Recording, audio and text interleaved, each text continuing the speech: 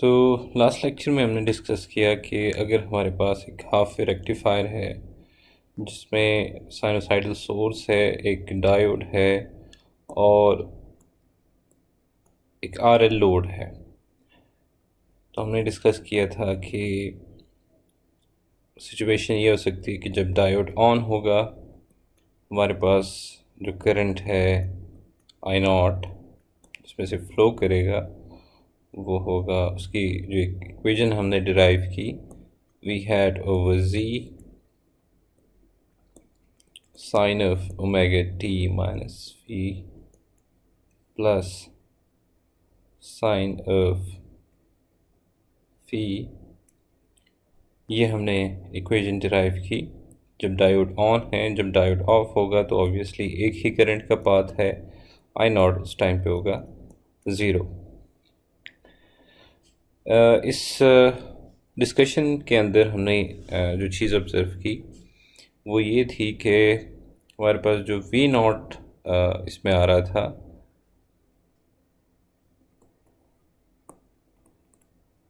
जो we not हमारे पास आ रहा था वो कुछ यूँ के कुछ टाइम के लिए इवन नेगेटिव भी हो रहा था, और उसकी वजह ये थी कि जो करंट की वेव फॉर्म थी वो कुछ इस तरह से थी।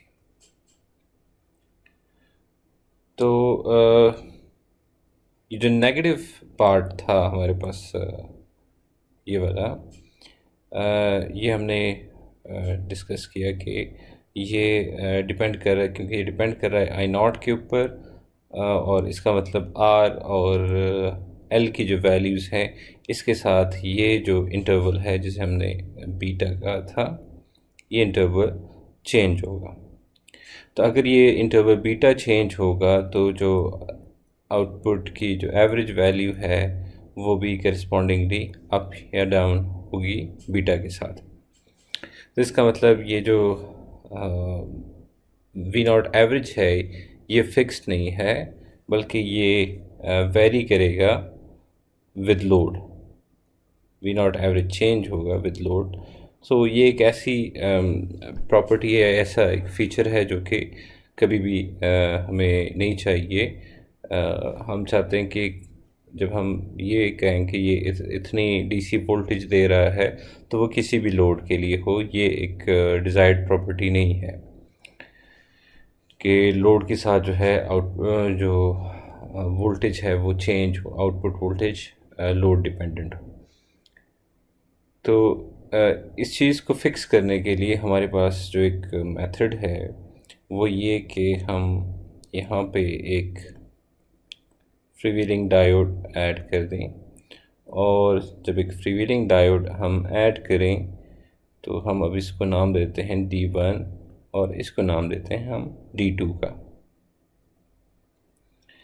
तो एक एडिशनल पाथ हमने लोड करंट के लिए यहाँ पे वो प्रोवाइड कर दिया है कि जब D1 ऑन होगा तो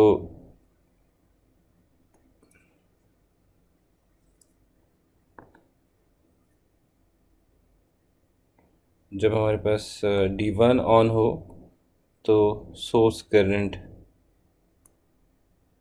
यहाँ से थ्रू द लोड फ्लो करेगी, और जब हमारे पास D2 ऑन होगा तो यहाँ से करंट इस पाथ के थ्रू फ्रीव्हील करेगी।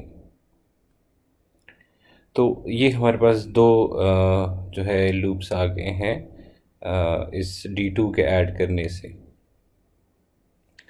तो देखते हैं इस पिक्चर को वेव फॉर्म के ज़रिए इसको इलाबोरेट करते हैं वन मोर टाइम कि हमारे पास है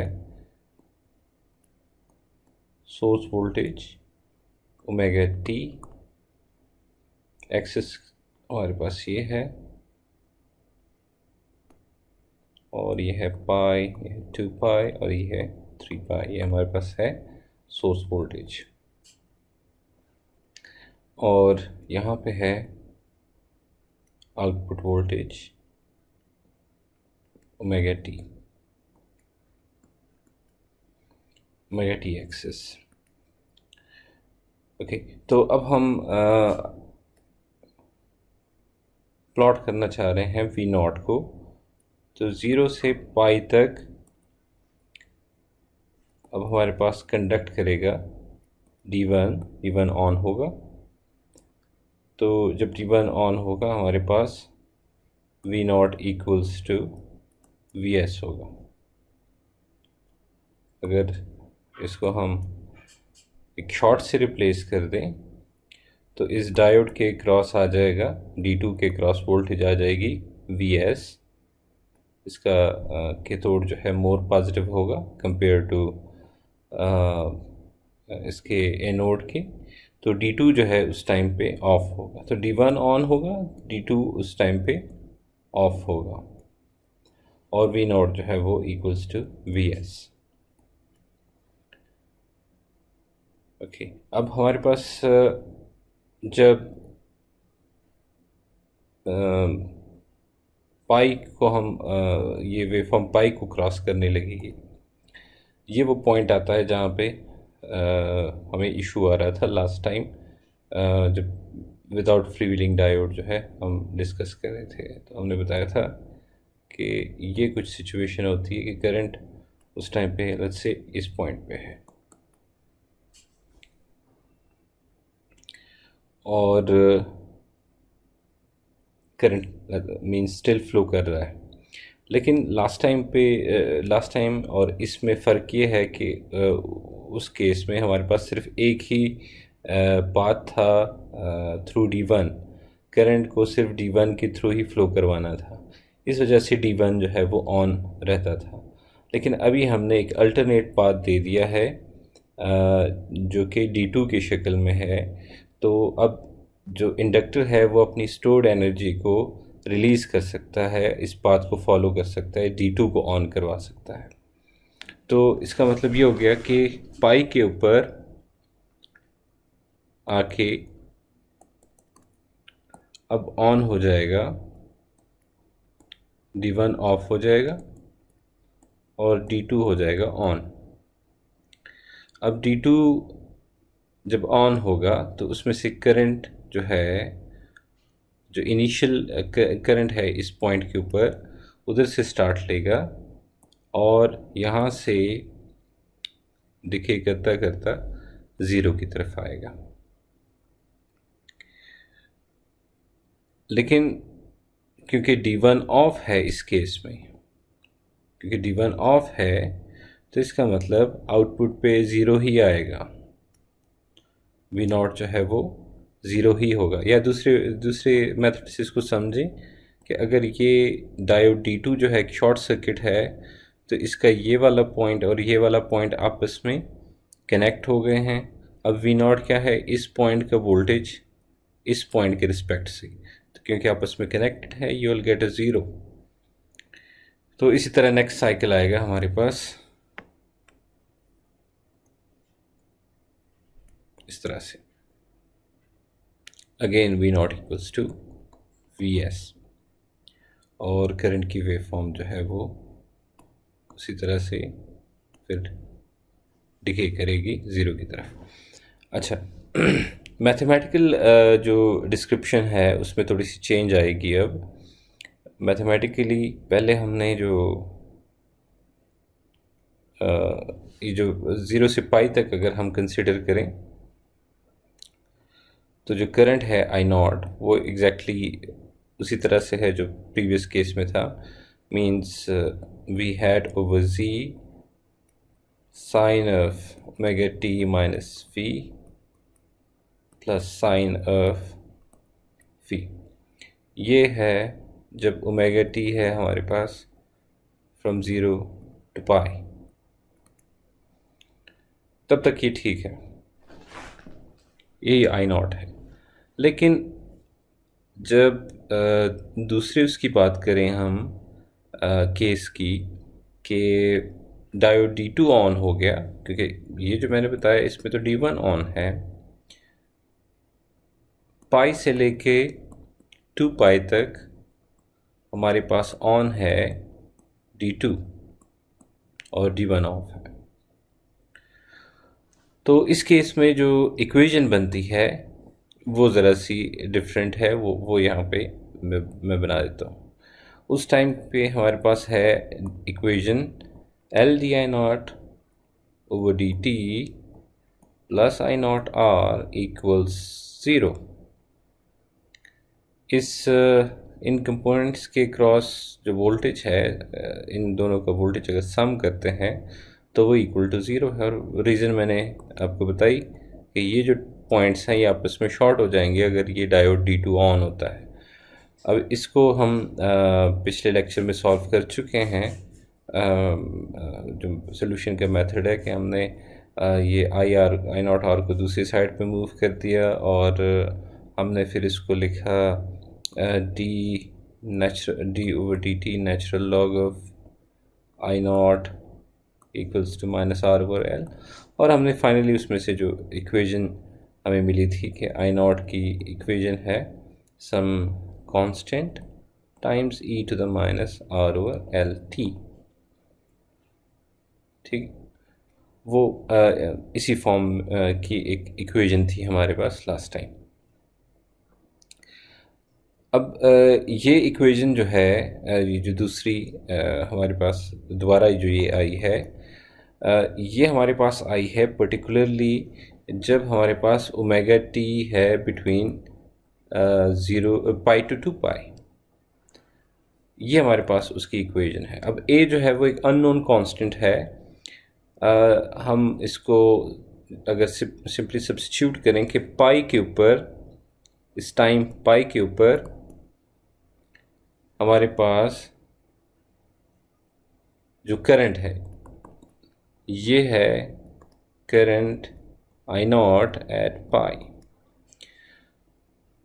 करंट आई नॉट जो है इस पाई के ऊपर ये फ्लो कर रहा था जब ये वो पॉइंट है जिसके ऊपर D1 जो है वो चला जाता है ऑफ स्टेट में और D2 जो है वो चला जाता है ऑन स्टेट में।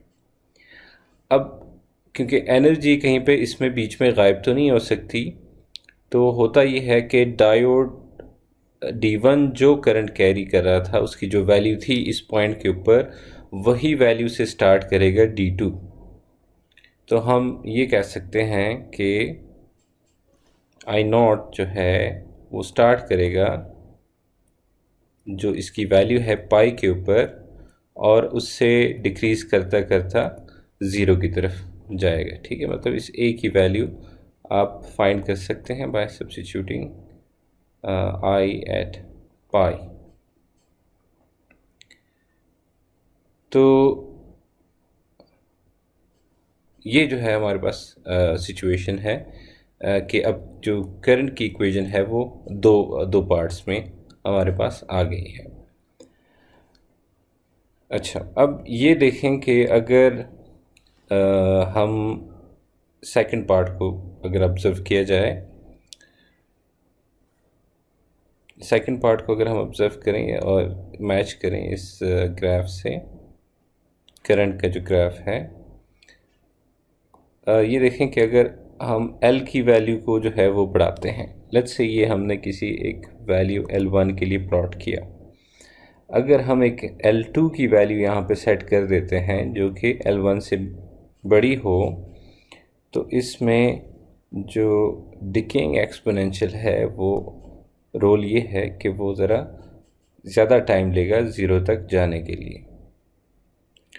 इसी तरह लेट्स से हम इस L की वैल्यू को और फर्दर बढ़ाते हैं और एक और वैल्यू सेट करते हैं L3 जो कि इनसे भी बिगर है, तो नोटिस कीजिएगा कि फर्दर जो है इसको ज़्यादा टाइम लगेगा 0 तक जाने के लिए।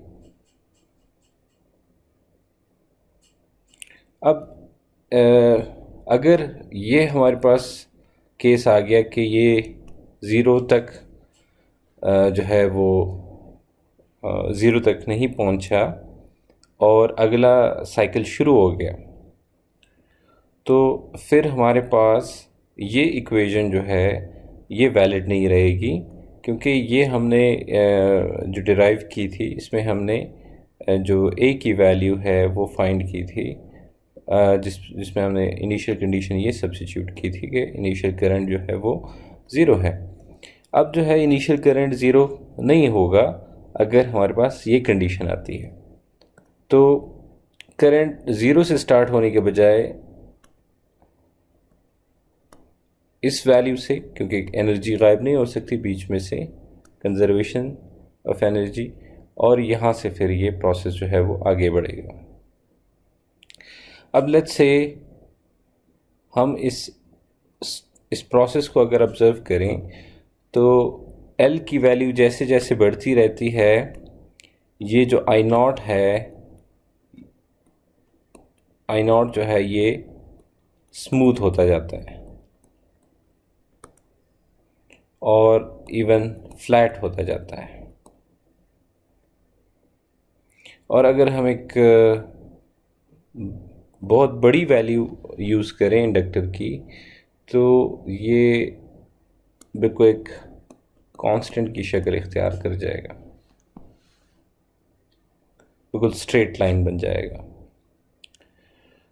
तो अगर हम ये एज्यूम कर लेते हैं किसी स्टेज पे आके कि जो इंडक्टेंस है, कि इंडक्टेंस जो है लेट्स से इन्फिनिटली लार्ज है, या हम वर्ड यूज़ कर देते हैं कि जो लोड है ये हाईली इंडक्टिव है,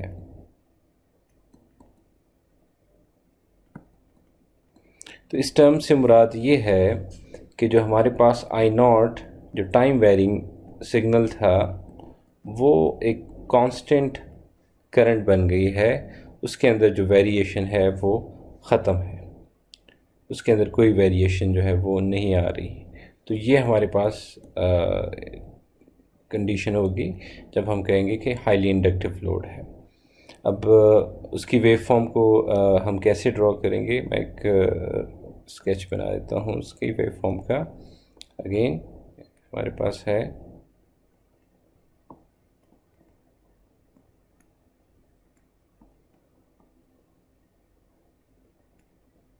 सोर्स वोल्टेज Vs पाई 2.3 पाई, और हमारे पास है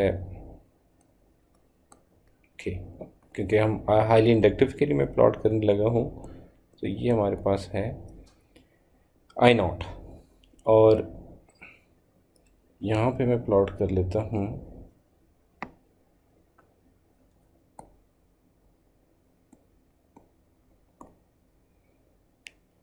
करंट थ्रू डायोड 1। अब करंट थ्रू डायोड 1 जो है वो एसेंशियली सोर्स करंट भी है, क्योंकि जब भी डायोड 1 ऑन होता है सोर्स साइड से करंट फ्लो करता है, अदरवाइज करंट नहीं फ्लो करता सोर्स साइड से। तो सोर्स साइड, लोड साइड जो है उसमें डायोड जो है D2 उसके थ्रू भी करंट आ सकता है, लेकिन सोर्स साइड से करंट तभी फ्लो कर सकता है अगर ये जो डायोड 1 है ये ऑन हो, तभी ये जो सोर्स करंट है IS ये फ्लो कर सकता है।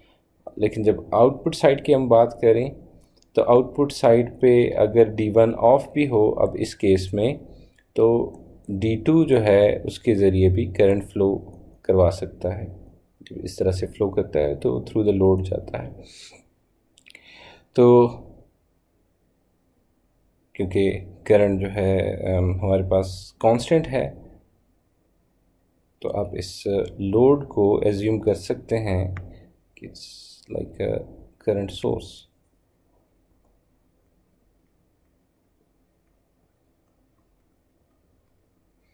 करंट सोर्स आप एज्यूम कर लें।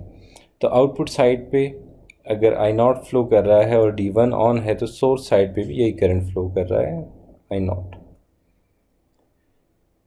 और जब D1 ऑफ हो जाएगा तो ये जो करंट थ्रू डायोड 1 है ये ज़ीरो हो जाएगा, और फिर जब डायोड 1 ऑन होगा तो फिर से ये फ्लो करेगा।